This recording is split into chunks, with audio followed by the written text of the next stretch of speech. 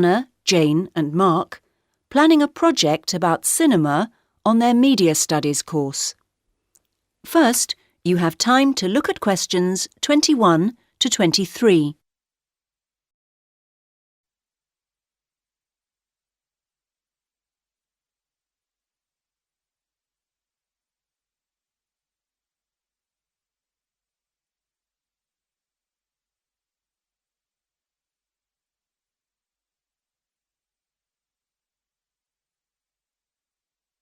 Now listen to the first part of the conversation and answer questions 21 to 23. So, Jane, Mark, we need to press on with the assignment. Yes, we do, Anna. And we need to begin by going to the best sources of information. Right. Now, we're looking into how films get altered sometimes if they're not going to do very well. We need to know quite detailed things. So, ordinary magazines, leisure interest ones, may lack the detail we're after. Specialist magazines, on the other hand, will probably be helpful. I think that's true. OK, so we'll root out some of those. And what else? There ought to be stuff available online. But we'll have to be selective. Sure, not general cinema websites, you mean?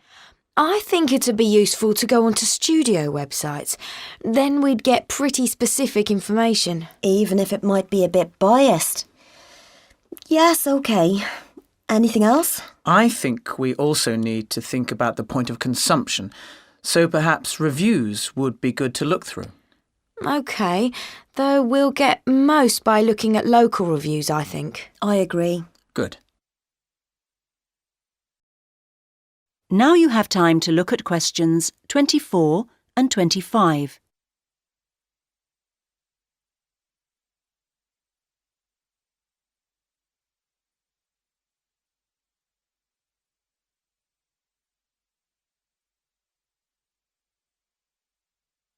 Now listen to the next part of the conversation and answer questions 24 and 25.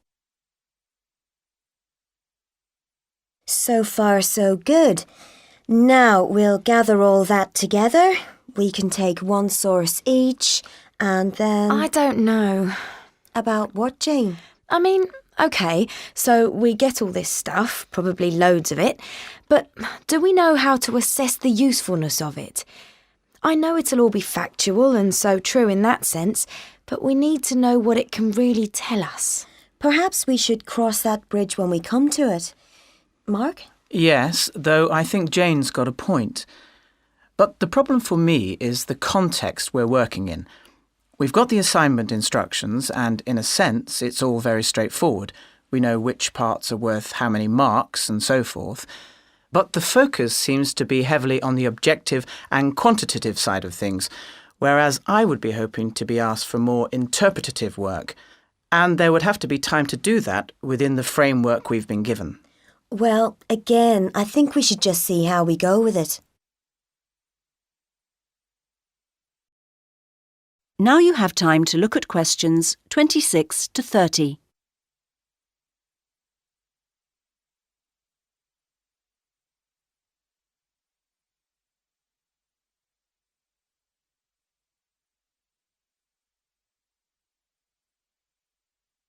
Now listen to the final part of the conversation and answer questions 26 to 30. Should we check that we're clear on just how films are altered? Good idea. We'll list the various cures that filmmakers use when a film looks like it might be going to fail. The first one is called Tweak Every Joke. Sometimes they change lots of the jokes after showing the first version to a test audience. Comedy is the only film genre with a reliable formula.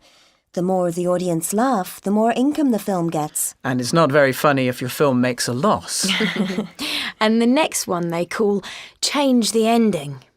Occasionally they completely change the way a film ends.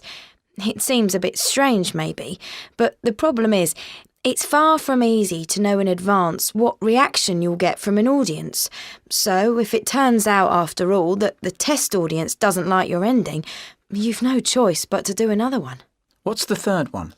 That'd be Fix the Tone. If, for example, your film begins as a kind of gentle comedy, but then gets too serious or horror-like, audiences get confused. So one thing that really matters is being consistent, you mean? Yes, that's the logic. I think audiences don't want to have to switch track. It's more complicated than people imagine, isn't it? Now, the next cure is a big one. Reshoot. This may seem drastic, but in some cases it's the only option available. It's very expensive, of course, but the film's backers will see this as protecting their investment. Are there any others? One more, and it's another big one, or at least has the potential to be a big one. It's shift the genre. And this is done when the test audience seem to only like one half of the equation, as it were.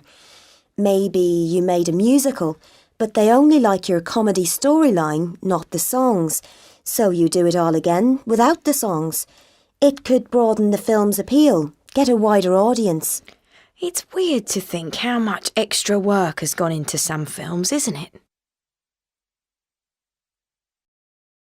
Section 4. You will hear a talk about the history of the Mediterranean Sea. First, you have time to look at questions 31 to 40.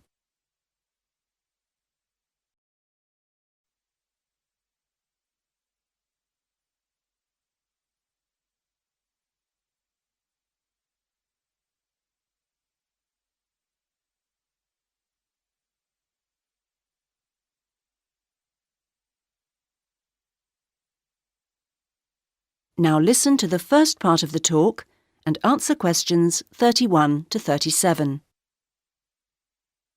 Now, in looking at the history of anywhere, we need to accompany our discussion of the facts with some consideration of what facts mean, or which facts have meaning. But more of that later.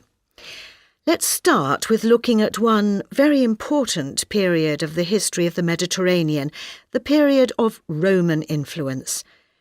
This was born out of the death of Alexander the Great. His grip on the area went, and what directly ensued was a period of intense conflict which focused on the eastern Mediterranean, as opponents sought to gain control of that area. Rome began to emerge from this as a potential dominant force, but obstacles such as a lack of overall planning, and in particular the ever-present menace of piracy, lay in the way of success. Gradually, the Romans improved the power of their ships and fighting equipment. They also formed a series of alliances, which effectively reduced the size and number of enemies, and a key measure they took was creating an office of government specifically charged with repairing their fleets. However many ships they and their enemies had, Rome from now on would have the highest proportion out, patrolling and fighting. There were, of course, no engines in ships in those days, and another aspect in the battle for supremacy was speed through human effort. Rivals built ships with ever-increasing numbers of oars, but what really mattered was the amount of human pulling strength attached to each one, and the Romans, benefiting from their great population of slaves, was able to have every oar pulling faster and harder than anyone else's. Eventually, Rome's dominance was more or less complete. Their possession of the sea became their enjoyment of the sea. Their name for the Mediterranean translates as our sea, and that's how they saw it. The shores were, of course, by now very well fortified, but now the Romans began also to demonstrate their comfort in power and put up a great many large houses, visible far out to sea. Wealthy merchants and retired generals lived in leisure in these temples to their own prosperity. The maritime security of the Mediterranean and the immense availability of trading destinations meant that all sorts of suppliers and craft producers clustered round any reachable section of the sea's edge. Some of these settlements were small, while others were large, producing saltfish in Italy, for example, or the fish sauce that was sent to every corner of the empire from Spain. With dominance of the seaways established, the primary purpose of ships evolved from fighting other ships to transporting goods. Economics generated a drive to carry as much as possible on each trip, and as ships were built for carrying loads such as wine or stone exclusively, these types of specialised vessels led to greater cost-effectiveness. And so things continued for many years.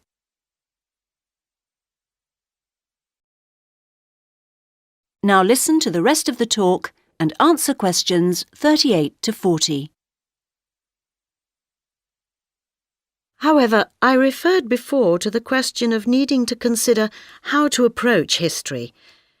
Assumptions about what history is are as varied as the historians who have made the Mediterranean the subject of their studies. 3 key historians have moulded in different ways our approaches to understanding the Mediterranean's past: Michel Ballard, Fernand Braudel and Nicholas Horden. The first of these, Ballard, felt strongly that an approach based on examining countries around the Mediterranean as if they shaped its history was inadequate. More was to be learned, he argued, by treating the Mediterranean as one of a number of seas, such as the Black Sea and the Atlantic Ocean, and thus integrated into trading routes that stretched from Madeira to Krakow. Our second historian, Fernand Braudel, took a rather different, though related, tack.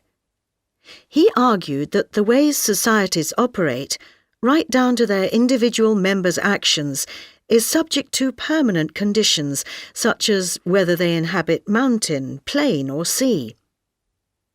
Features of the coastline and adjacency to the waters of the Mediterranean are thus the focus of his approach.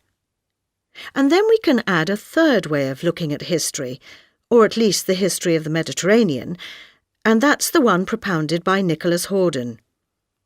His arguments are asserted quite strongly, not least because he sees a greater consistency across time than many other historians have allowed for. There are those who take ecological events, particularly catastrophes such as the volcanic destruction of Pompeii, to be the shapers of different sections of the Mediterranean's history.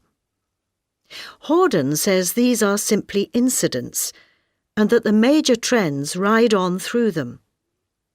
For him, while there may be cultural mutations and fashions in types of consumer goods, what matters is the system of trading goods that satisfy primary needs, such as grain, oil, metals and timber. So, for us, out of this complex of views, our job is to seek a synthesis and form a sophisticated approach, not just to the Mediterranean, but to any time or region in history.